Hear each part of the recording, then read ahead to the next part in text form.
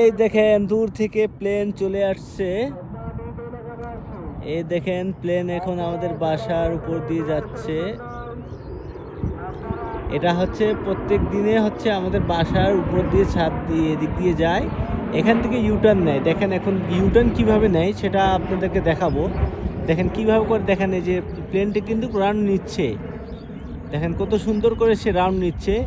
এটা হচ্ছে ইউএস বাংলা। এটা দেখেন ইউএস বাংলা প্লেনটি দেখেন কিভাবে টার্নিং নিচ্ছে। এই দেখেন এই যে এখন দেখেন কত সুন্দর করে দেখেন টার্নিং নিল।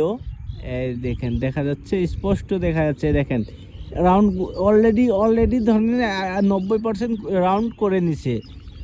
দেখেন 90% রাউন্ড করে নিছে। দেখেন এই মোটামুটি এখন সোজা হয়ে গেছে, প্লেনটি রাউন্ড ঘোরাই নিয়েছে।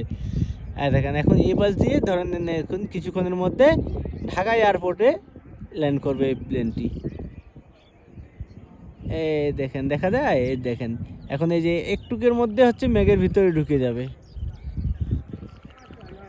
অলরেডি। কিন্তু আমি যদি জুম আউট করি তো দেখেন দেখতে পারবেন না। দেখেন এই যে দেখা যাচ্ছে না, তো একবারে দেখা যাচ্ছে না, কিন্তু যখন জুম করব তখন ওই যে দেখতে পারবেন, দেখা যাচ্ছে। এই যে বিমানটা এখন কিছুক্ষণের মধ্যে ধরেন ঢাকায় অবতরণ করবে।